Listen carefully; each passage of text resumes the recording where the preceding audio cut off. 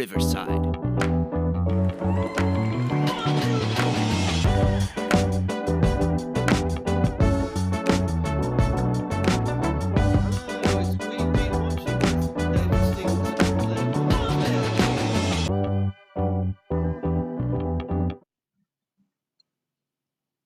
It's We've Been Watching with Claire Woodward and David Stevenson. Hello, I've just realised with that amazing jingle, we get both the slow hand clap and a massive round of applause. Talk about a backhanded compliment. I wonder which we'll be getting at the moment, given our technical expertise. Yeah, no rounds of applause for that, but we're not digital natives, so that's our excuse and we're sticking to it. Exactly. So it's We've Been Watching, and we've been watching a curious blend of things this week, but I thought we'd focus on the Bafta TV Awards. Now, don't worry, you haven't missed the awards ceremony. We've got a long list of nominations for everybody. And they are pretty much the first list where, to me, it's kind of 50-50 or even more split towards the streamers. Yes, I think it's a massive success for the streamers. And looking through them, let's have a bit of a look at some of the main categories. There's some of the programs that we probably most expect to turn up. I'm not saying they're predictable, but they're quite interesting in a way. The first of all, the category that threw me was drama series, because that contains programs like Blue Lights, Sherwood, both BBC One, Supercell, Netflix, and Wolf Hall. So it's three drama series for the BBC straight off there. Which Blue Lights, that's the Belfast police procedural, isn't it? I mean, Yeah, which completely went above my head, although I do know a lot of people that said I must watch it. It's absolutely fantastic. But I just think, again, I just thought another police procedural. Do I really need another one of those? Not yeah, I mean, really. it was interesting seeing us. It was a Belfast drama and small p politics, which was an interesting way of doing the series. And you Mm. had sort of love affairs and romance sprinkled throughout. So it was slightly different in that way, and there were younger characters, weren't they? It was a rather odd concoction to appeal to a younger audience, I thought. Yeah, do you think it was a bit soapy in that context, with the sort of, love affairs and private lives and kind of stuff? Yeah, it was. I mean, I found that sort of quite engrossing in a way. But that's the only thing that stood out for me. I mean, it was well acted and it was a good cast. I mean, the other thing that struck me about these four programs was Sherwood is a second series, is it not? So, um, Yeah. And it was one of those as well that I really enjoyed, but I'd kind of forgotten what happened in the first series when the second one came around. I yeah, think I think they're relying on people to watch on catch up again, so yes, you know what's going on, which seems odd. but it's really odd that you get a second series pop up. And there's nothing wrong. It's probably not in the BAFTA rules, and neither of us are. You're not a BAFTA member, are you, Claire? I'm not a BAFTA member, very much not. No. And looking at the regulations, just because I'm boring and do that sort of thing, the awards haven't been decided yet. Rather bizarrely, there's another 2 to 3 weeks go, so that the BAFTA members can cast their vote and come up with their winners. So it's a bit like if you've got a complaint and you want to address your MP, you can address your BAFTA member in the next 3 weeks and tell them to, for God's sake, take Supercell from Netflix out of the drama series category, please. Well, that's a good idea. I have got a friend who's a member of BAFTA, so I'll get her to do that. Yeah, but I don't even know what that is. That's one of those increasing things on streamers. I just think I don't like the sound of it, so I don't think I'll watch it. Is it about batteries? Yeah, it's about a battery factory which goes up in flames. A northern battery factory in the But you know, that's 1930s. Supercell. Hey, I'd hey. watch that.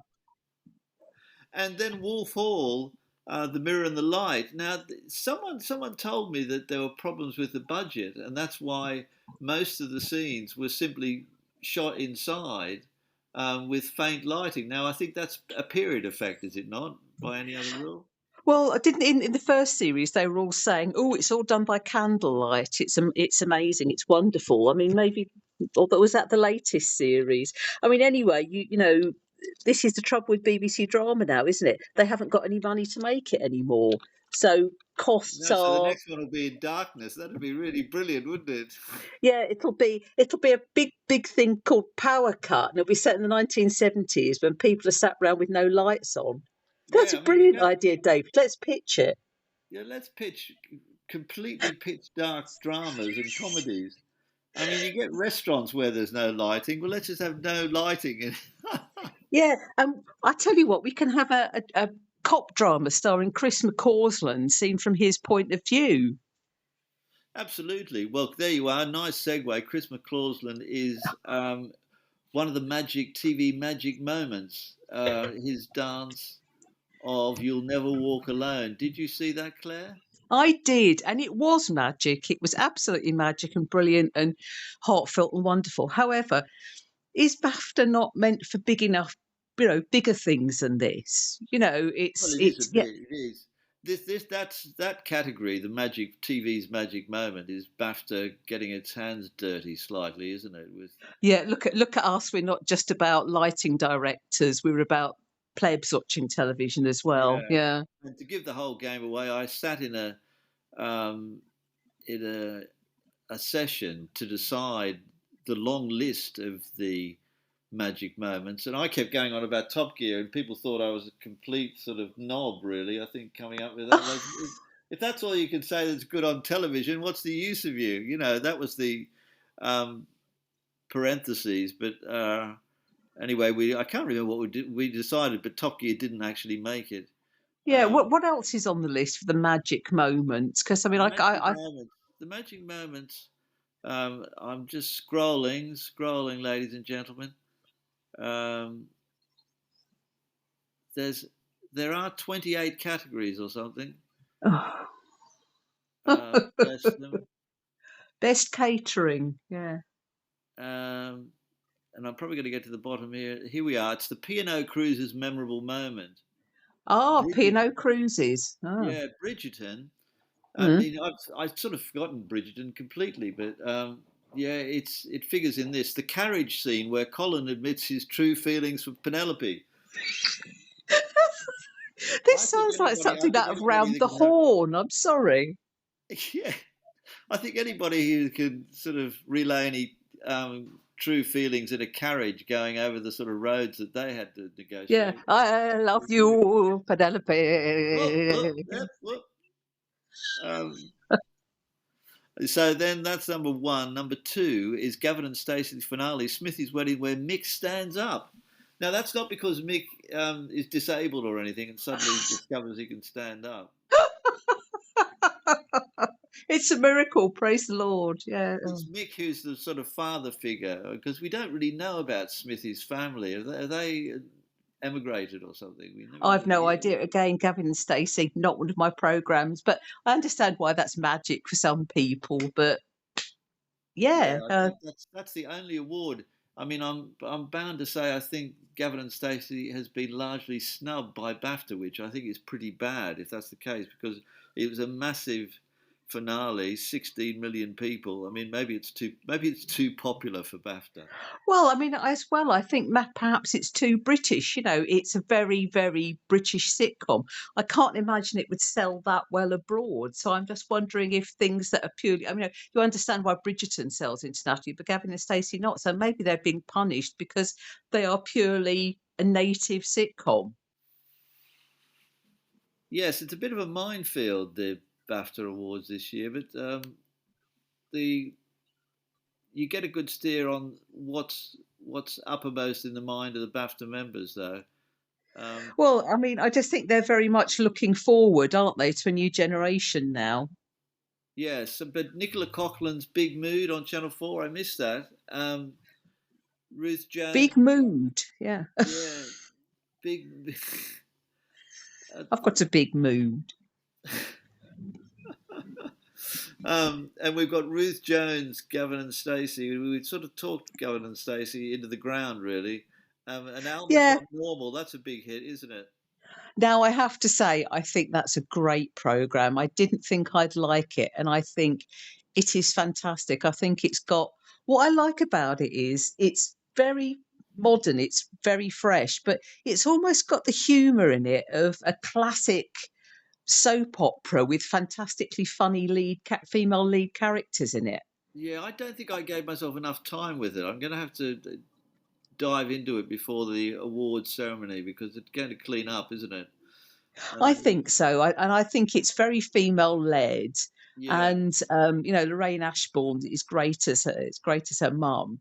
But as I say, to me, it's got that very.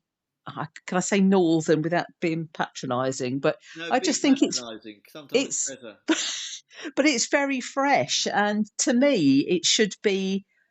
I think it should be sort of on BBC One or something like that. It should be on a more mainstream channel. But Well, I'm sure they'll um, arrange that for you, Claire, given your rousing contribution about it. But no, it's good. And as I say, I think it's got that real lovely ensemble feeling, like Gavin and Stacey has. So, yes, I'm a fan. It's good. yeah, excellent. Well, we expect big things of that. The category that I think is the battle royal is the leading actor. You've got how's this for a rundown? David Tennant, Gary Oldman, Lenny James, Martin Freeman, Richard Gadd, and Toby Jones. How's that for a lineup? Oh, I mean, that is a very, very good lineup, I have to say. Um, I mean, for me, Lenny James, I I think think he could this. come along the inside rail, to use a horse racing analogy. I don't know why, because none of these programs have got anything to do with horses. Oh, in fact, they have slow horses. I do apologise. Oh, slow horses. Yes. I mean, Gary Oldman will be the favourite, I think, for this one. I've just seen something on it where, on Instagram, where he was on an American chat show and they played um, bits of Gary's previous performances, but with farting in a la slow horses. And he really enjoyed, he was laughing like a drain at it. He was wonderful. So he'll be, I mean, it's such an unattractive character, but to make it so compulsive I mean, Gary Oldman is a brilliant actor. Yeah, and Kristen Scott Thomas is very good in it as well, but of course she's not in that category. But yeah, slow horses. If for some reason you haven't seen any slow horses, do start at the beginning. Unlike us, I think we started at season 3 and then worked our way backwards. We didn't watch them backwards, but it sort of felt like it. But anyway, start at the beginning is a really obvious piece of advice, isn't it? Really. Yes, it's in The Sound of Music. Do Yeah. dear. Start at the very beginning. Yes, And but as I say, because I've got audio here of Rivals, let's talk about Rivals. See if this will work because it is a bit of a throwback. Anyway,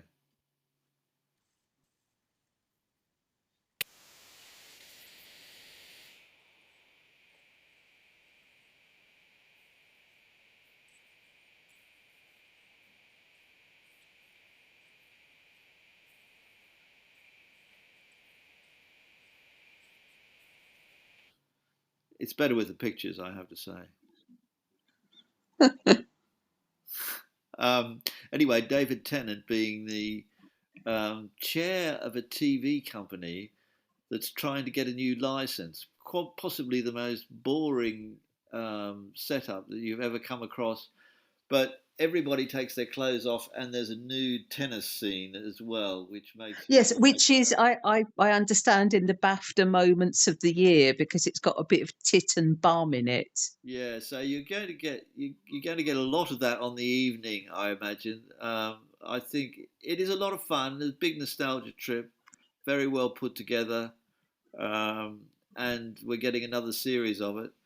And Well, and it does have a sense of humour. It's got a real sparkle in its eye and a bit of a twinkle and a yeah, great soundtrack. So, but again, though, that's very British. But you could see why that would sell internationally yeah, because it's full of absolutely. good-looking people. Good-looking people. Again, super cast. Lots of dramatic acting, but very funny into the bargain. So Yeah, and Danny Dyer in a nice wig. yeah, more. Yeah, that's the most enjoyable thing, isn't it? Yeah, who's been nominated for Wig of the Year at BAFTA? That's that. They're introducing that category, aren't they? due to That's popular good. demand. Sponsored by Leonard Poutney's Hair Clinic. There's one for the teenagers. Leonard Pountney's Hair Clinic. Good. Have we got our first sponsor? I do hope so. I think we have, or a company that used to make a wig called a Crown Topper. But we haven't mentioned the drama, which is, of course, coming in at, I think, 8 nominations, which is Baby Reindeer. Now, in my watching of Baby Reindeer, I missed completely the controversial episode, which was virtually unwatchable, I'm told. My daughter was also watching it with me. So I missed what was the rape scene, which is probably a good thing, but um, it's done exceptionally well, and it's even got its own court case now, hasn't it, Claire? Yes, well, exactly. That's the one with the real woman who alleges it's based on her. Yes, yes, played by So, Jessica Gunning, who's also up for an award as I well. mean, I think Jessica Gunning is absolutely wonderful. I really like her in. Is it the Outsiders?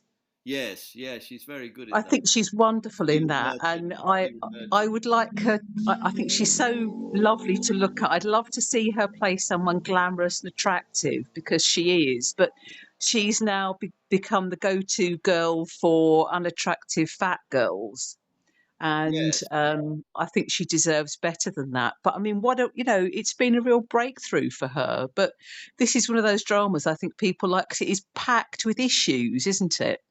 yeah, and I think a younger audience they like issues, but they like gritty, don't they? They like Mm. grim, to be frank. I mean, this is funny. It's darkly comic. I said that to people, and they said, "Oh, I don't think you can say it's darkly comic." I think it is darkly comic, isn't it? Especially watching Well, a bad stand up or a good stand up who's having an off night. I mean, that is really funny, isn't it? not if you're doing it, David. Speaking as someone who did 6 gigs and packed it up because I wasn't good enough. But I mean, I think it's darkly comic. I mean, because it's one of those things that if it was done completely seriously, you wouldn't want to watch it at all. No, no. Um, And he's got but this it's sort of expression on his face. He's sort of quite wan, isn't it? mm, You know, it's sort of hangdog, and you just wonder what's going to happen to him. But you're instantly sympathetic towards him. Well, I was. I mean, anybody who does any bar work, you just think, oh my god. yeah, I was just being nice to her kind of thing. But again, I've been thinking about because a BBC radio drama considering doing something like a 90-minute play every week.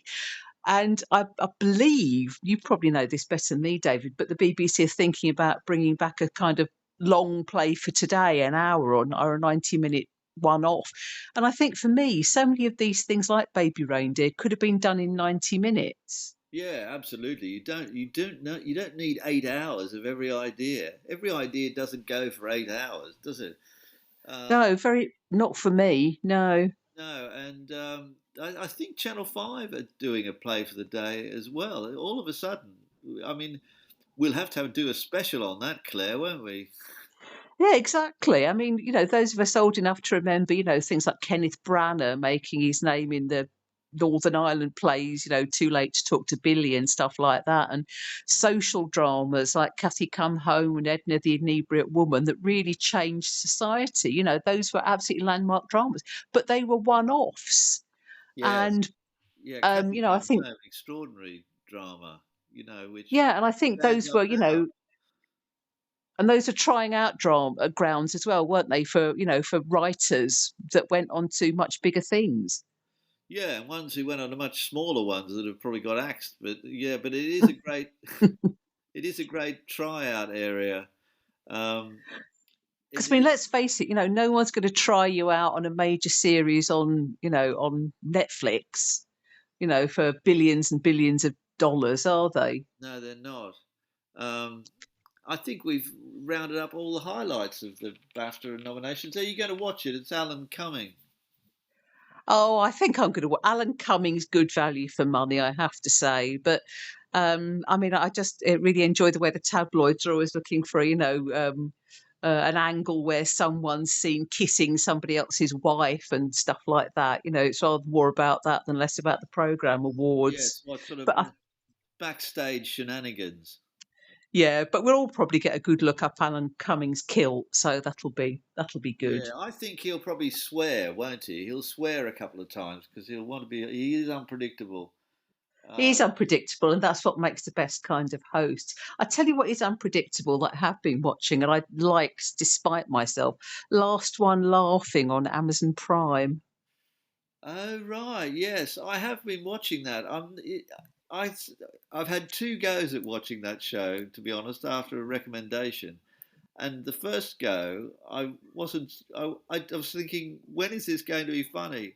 Because if anyone hasn't watched it, it's all about a show. It's all about comedians trying to make each other laugh, and if you laugh, you get chucked off the show. It's a good idea. Um, but I mean, I I did. suppose the only one that was being incredibly funny to me was Rob Beckett, and then whenever he said anything, people were just about to break up, and then they had to sort of sew up their lips so they didn't laugh or something. Yeah, I mean, I started watching it like you, and I watched an episode by myself, and I thought I'm not laughing, but I watched it all with my nephew, and we quite enjoyed it. And I thought Bob Mortimer is was absolutely fantastic. You know, he's just so dryly hilarious. But it's interesting because they've got lots of female comics on who really get a good shake of the stick, Yes, which they is really do. good. I mean, well, what it is a good show for introducing comics, isn't it? I think that's another good thing about it. Um, But there was only one comic on there I didn't know, and of course I've forgotten her name. Uh, yeah, and of course, when you get thrown, say you get thrown off the show, you go into the sort of area with Jimmy Carr, the main presenter, and you can. which looks a lot more fun. Yeah, I mean, maybe we should. Maybe we need more of that. Maybe flip the show completely. And I really think Jimmy Carr is a great host. I mean, I really love him on 8 out of 10 Cats Do Countdown. He's a very generous host. He's very generous with his laughter. And I think he's, despite what people might think of his stand up, which, obviously is quite controversial, I think he's a great host because he really enjoys other people's company and he wants them to do well. So, Yeah, and his new teeth look really lovely. yeah, and his hair is appealing, isn't it? It's been freshly painted on. He looks marvellous. And speaking of Rob Beckett, his new Sky quiz show called Smart TV is worth watching as well. I thought, oh my god, this will be dire, but again, he is a very funny guy, and he's made it really work. I don't know whether you've seen that, Claire. You might. I haven't because it's kind of put off by it's a quiz about TV, which is basically stuff I haven't watched. But he is a good host, and this is the reason we complain. I complain comedians get too many shows, but they are good at ad libbing. This is what they do for a job. They're writers, they're performers. Um, Yeah, they're and doing what they ought to do for a crust. Absolutely, absolutely. Absolutely. The only thing is, it has got a spin-off podcast presented by Alison Hammond, where they all discuss with other celebrities what their favourite TV programmes are, which is That's a a spin-off format from I that. would like to God, see that killed.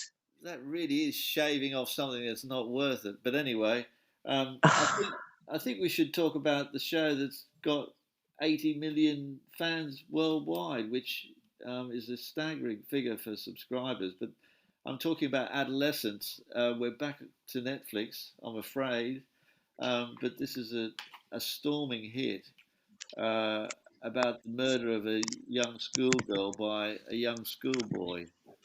Yeah, 13, I and think he is. He's 13 years of age, is he not? the day we're recording this, I think Keir Starmer's been talking to the writer and other people involved with the production, as in number 10, saying what can we do about boys' mental health, which is Yeah. incredible. And Netflix have made this free to screen in schools, which is Have they? amazing. Yeah, no, that's a real proper crossover, isn't it? The But only thing I watched it all in one go. It was brilliant. yeah, the only thing I thought about it was that, um, and this is, you know, pulling at hairs to be honest, but um, was the structure of it. I didn't understand the structure of it. Maybe um, there was a one shot sort of rule, wasn't there, for some of it? Mm. And I didn't really get that. But maybe I'm just being churlish about the whole thing. I mean, I don't think the audience. I mean, with the kitchen drama Stephen Graham did, Boiling Point, wasn't it? I could see Yeah. the point of that being done in one shot because it was in one location. But this, I kind of didn't see the point of doing it in one shot. No. But it didn't detract from anything. I mean, it was what made it so powerful. These are really normal people. These are really just normal, nice family. Yeah. And when you saw them at the end, with the two parents and the daughter being in the van and having a laugh about mum and dad getting together at an 80s, 90s disco kind of thing, it just all seemed so normal. And then it just broke down into terribleness when the lad rang them up from prison. I mean, it's full of devastating moments. Yeah, it is. But are we back in the whole territory of the parents and what parents do in this situation? Because the girl was out at 10:30 in the evening, so was the boy. Um, better parenting wouldn't have happened. I mean, it's a bit of a cliche, but and it would have meant there wouldn't have been a drama. But obviously, we've got issues to do with incel, which is so proper that it's been brought to such a big stage, isn't it? Yeah, and I think really, I think so many parents really aren't. Never mind what the blue pill and the red pill and the aubergine emoji mean. I think so many parents are really far behind with what their kids do on the internet. I really still think, 20 years on, odd, that they don't really understand what goes on. And I think this is a good reminder for parents that the world is not full of people exchanging memes about, hashtag be kind. It's Yeah, very visceral out there. yeah, it is. I mean, you could tell it was beautifully written as well. I mean, because the line from the young lad, "I didn't do anything wrong," was quite a sort of early giveaway that he had in his mind something that most people wouldn't have had. Mm.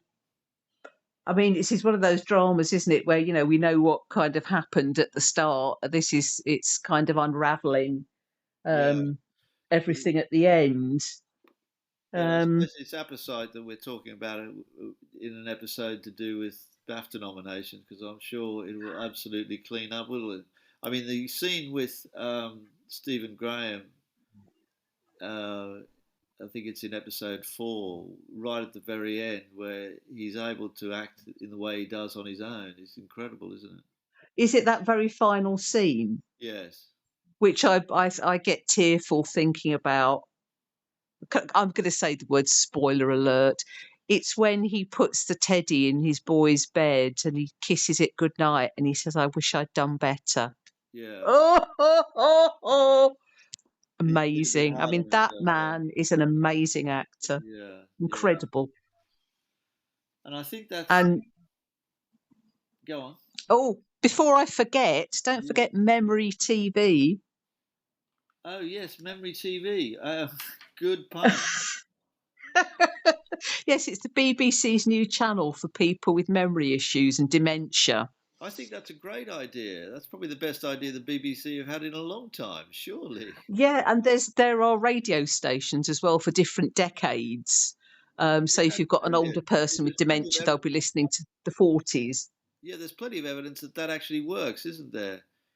Yes, it's It- good, but I was watching it the other day, and there was a program on set in Soho in the 1970s in New York, and it had lots of people in doing art, and there were lots of them screaming and making noisy sculptures. So I was wondering if perhaps that was the best program to choose for people with dementia, because I thought it might make them a little bit on edge. yes, I mean that's So we want. probably not a great choice, is it? Um, No, there was a very boring program about pensions funds, which was probably more like it, with men with fabulous 1970s glasses and moustaches. I But think as a man of it's a certain age, I really need to watch that. I think.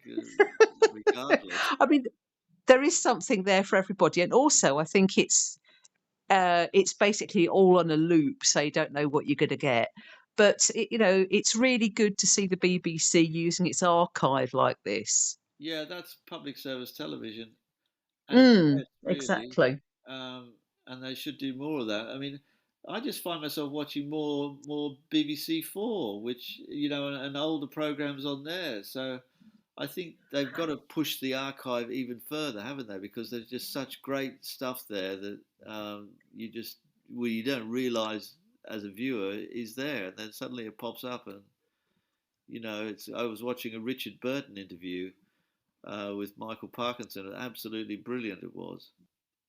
Yeah, yeah, exactly. And I think people want that archive stuff. I mean, if the BBC is going to find a place in the world, by using more of the archive, and I mean, obviously, you have tremendous amount of difficult rights to deal with.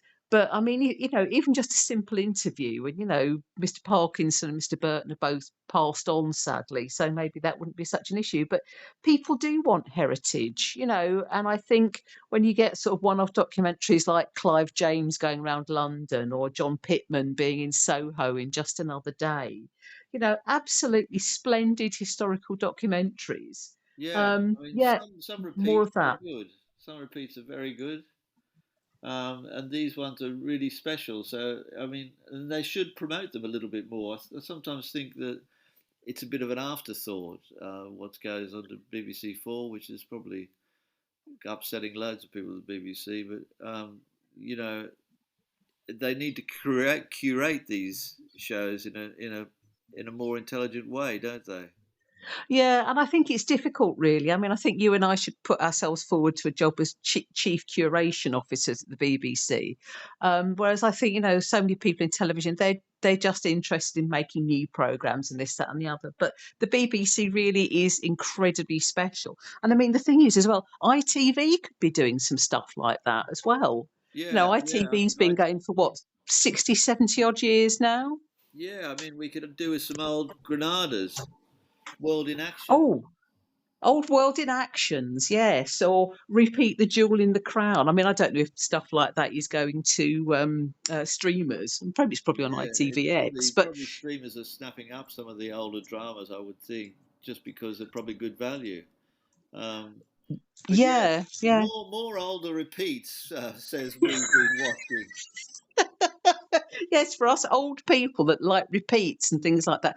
But I mean, you've got stations now like Rewind TV who are showing loads of 70s stuff like Jason King. Yeah, and Um, when you think, we often quoted that your average viewer for BBC One is 55 plus. I mean, you sort of move into the nostalgia era much sooner than you think.